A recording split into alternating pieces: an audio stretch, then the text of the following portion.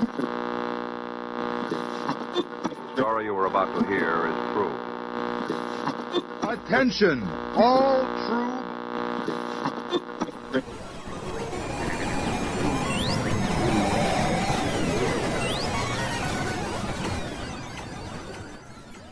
She's alive!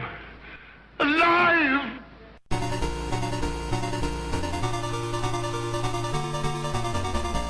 Welcome to the Retroist. When I was a kid, for a long time in my bedroom, I didn't have a television. I didn't even have a radio.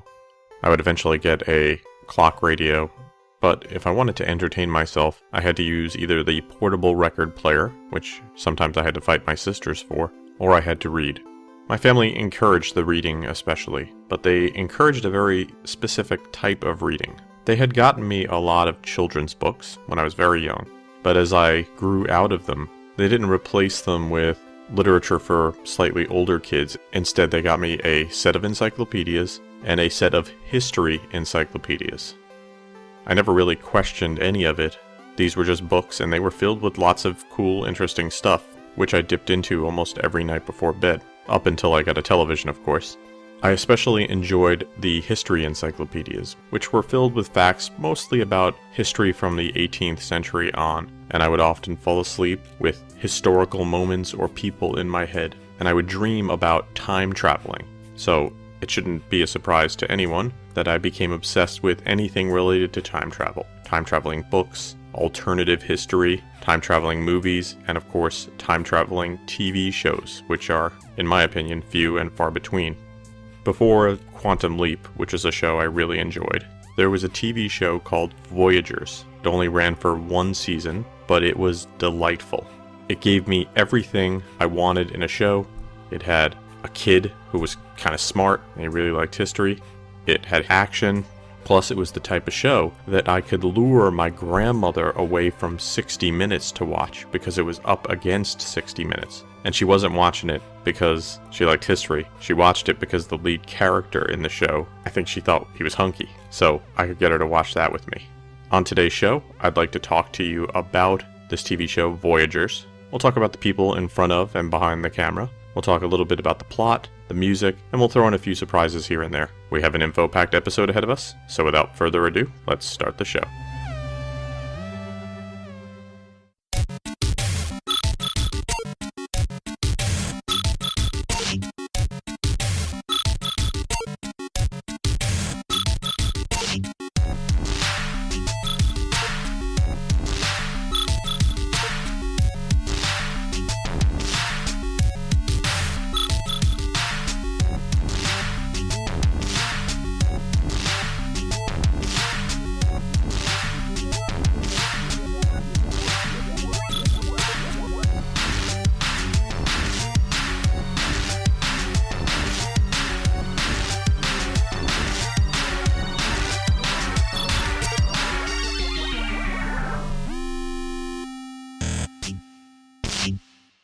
Voyagers is one of the coolest shows that people seem to have forgotten about from the 1980s. As I mentioned, it was a time travel show, so science fiction, and it aired on NBC during the 1982 to 1983 season, and it starred John Eric Hexum and Mino Pellucci. The show was created by James D. Parriott. Parriott's a writer and producer. He was born in Denver, Colorado in 1950. Got a start writing for shows like The $6 Million Man, The Bionic Woman, and The Incredible Hulk. He would then go on to create some amazing TV shows, including Voyagers, Forever Knight, and Misfits of Science, which is another show that I really enjoyed. While Parriott would work on the show, he also had some pretty good writers, and chief amongst them, and one of the more dominant writers, was Jill Donner. They met while working on The Incredible Hulk, and Donner worked on a lot of TV shows, most notably, to me at least, she worked on The Incredible Hulk and Magnum P.I. So the show is about a Voyager, and that is a type of person who travels through time and fixes things that have gone wrong. And this particular Voyager is named Phineas Bogg, who's played by John Eric Hexum. He kind of mistakenly lands in 1982, and he loses his guidebook that is supposed to help him, which is very Greatest American Hero. And he and this young boy, who is newly orphaned, named Jeffrey Jones, who's played by Mino Pellucci, begin traveling through time. We would later learn that Jeffrey was supposed to become a Voyager, and so they were fated to meet, because it turns out Voyagers, I guess, are preordained or destined to be Voyagers.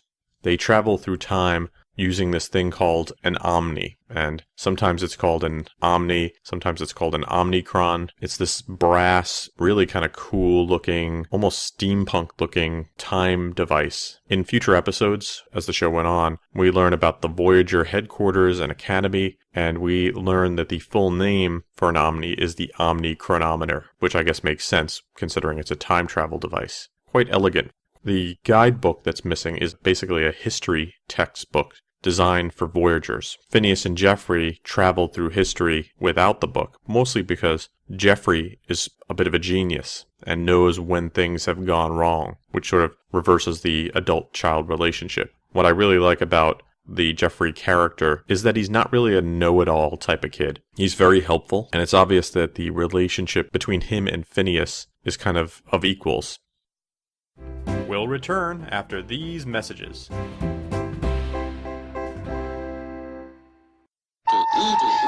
My kids are wild about E.T. Now there's a whole collection of E.T. toys. This one talks. Oh. There's Elliot on his bike with E.T. and a spaceship. Here he comes. Aren't these little E.T.s cute? Wind this guy up, he walks. Almost like the real E.T. My kids really love their E.T. toys. They actually believe E.T. lives in their closet. The E.T. toy collection from LJN. Thank you. Come on, let's check out Bobby's Hot Wheels. Checking out the news about Hot Wheels. An 80s Firebird. It's a Hot Wheels Hot One. Hot Ones, what's that? That's new. Gold colored mags. Check out those racing axles. Goes really fast. Check it out. Hot Wheels are checking out. Yeah! Hot Wheels Hot Ones 80s Firebird. Some cars not for use with some sets. New from Hot Wheels by Mattel. And now, back to our show. Now a little bit about the cast of the show, and it's pretty simple since we only have two main characters. John Eric Hexam played Phineas Bogg. Hexam was born in 1957. Sadly, he passed away very young in 1984. He started off as a model, stage actor, born in Englewood, New Jersey. Yay!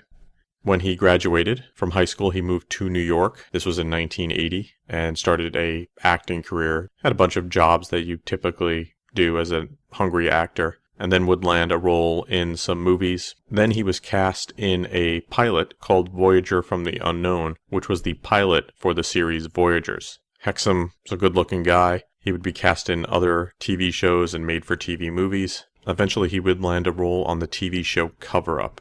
I bring this up because this is where a real tragedy struck.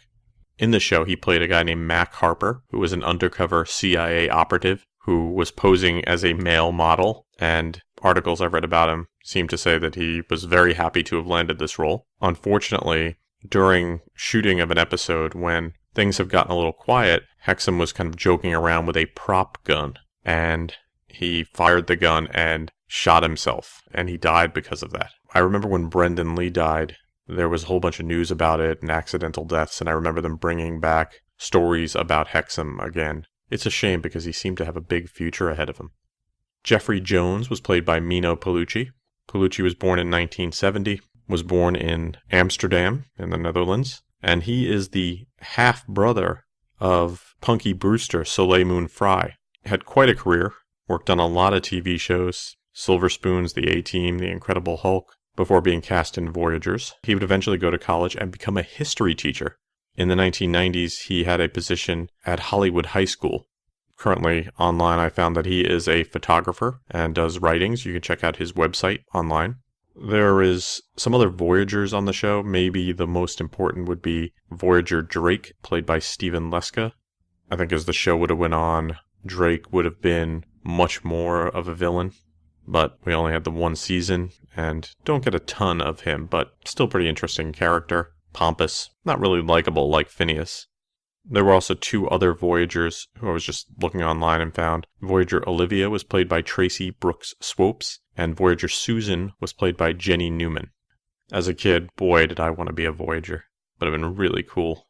Because this is a show about history, there's a lot of great costumes, and the head costume designer was Jan Kemp, and Jan did some really fun stuff. Phineas's wardrobe is great, kind of swashbuckling, and Jeffrey's wardrobe is very all-American kid. Jan's most famous, though, for doing the costumes for Batman and Robin and the villains on the Batman television series.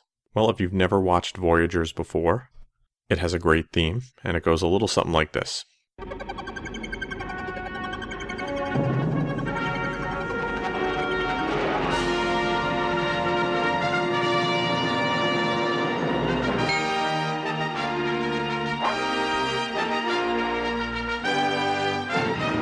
We travel through time to help history along. Give it a push where it's needed.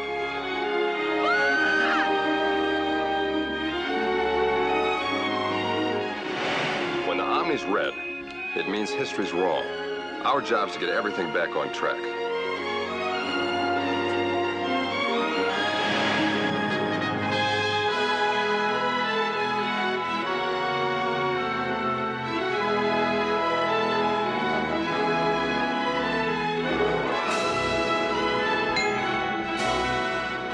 Green light, kid. We did it.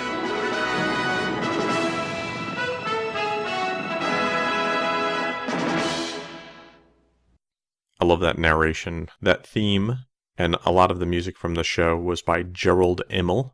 Immel was born in 1936, television composer, probably most famous for composing the theme tune to the TV show Dallas. He originally worked at CBS as a music copyist, but then would break into musical scoring on the television series Gunsmoke. In addition to Dallas and Voyagers, he also contributed music to Hawaii Five-0, Logan's Run, Walker, Texas Ranger, and Knots Landing. Now, how did Voyager do? It was up against 60 Minutes, which was a juggernaut.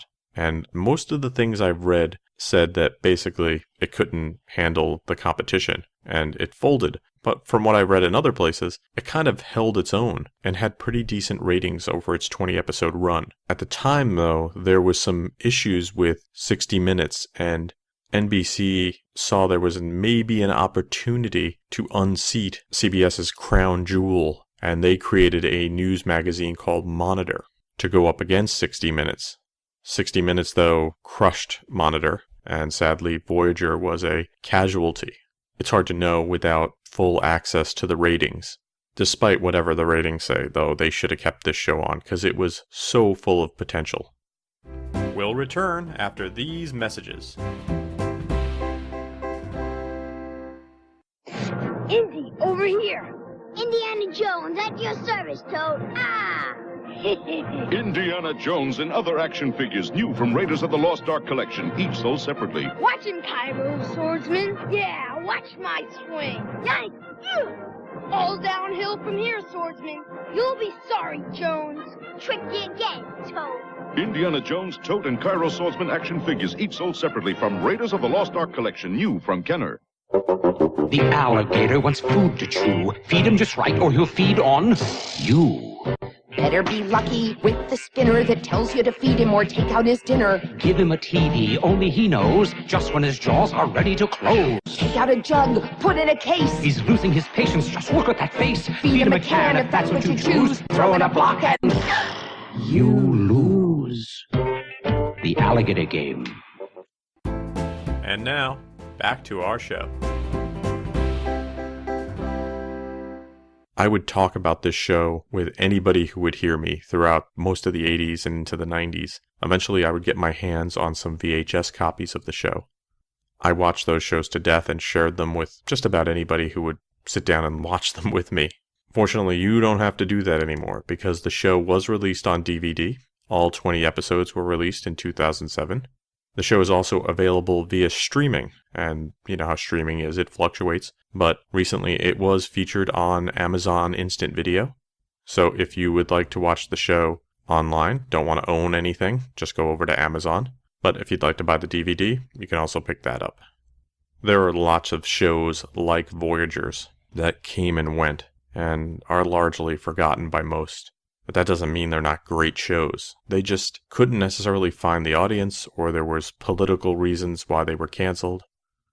I think Voyagers, because it's an educational show, is great to watch with anyone who's interested in history, especially kids. They could learn a lot. It also represents high adventure, the unknown, traveling to areas where you're never sure what's going to happen. The show even ended with Mino Pellucci in a voiceover saying, if you want to learn more about whatever this show was about, take a voyage down to your public library. It's all in books.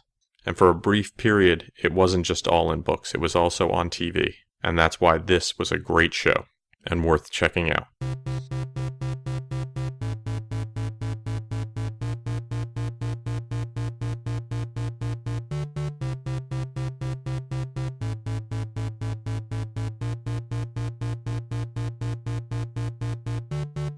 Thanks for listening to the show. For more retro fun, you can drop by the website at www.retroist.com. You can follow me on Facebook and Twitter. I'm at facebook.com/retroist.com and twitter.com/retroist.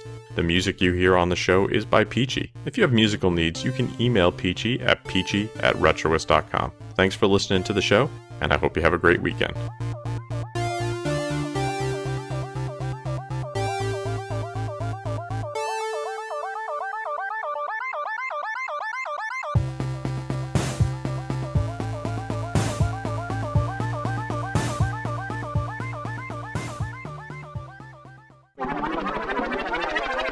If you want to learn more about The Retroist, take a voyage down to your public library. It's all in books.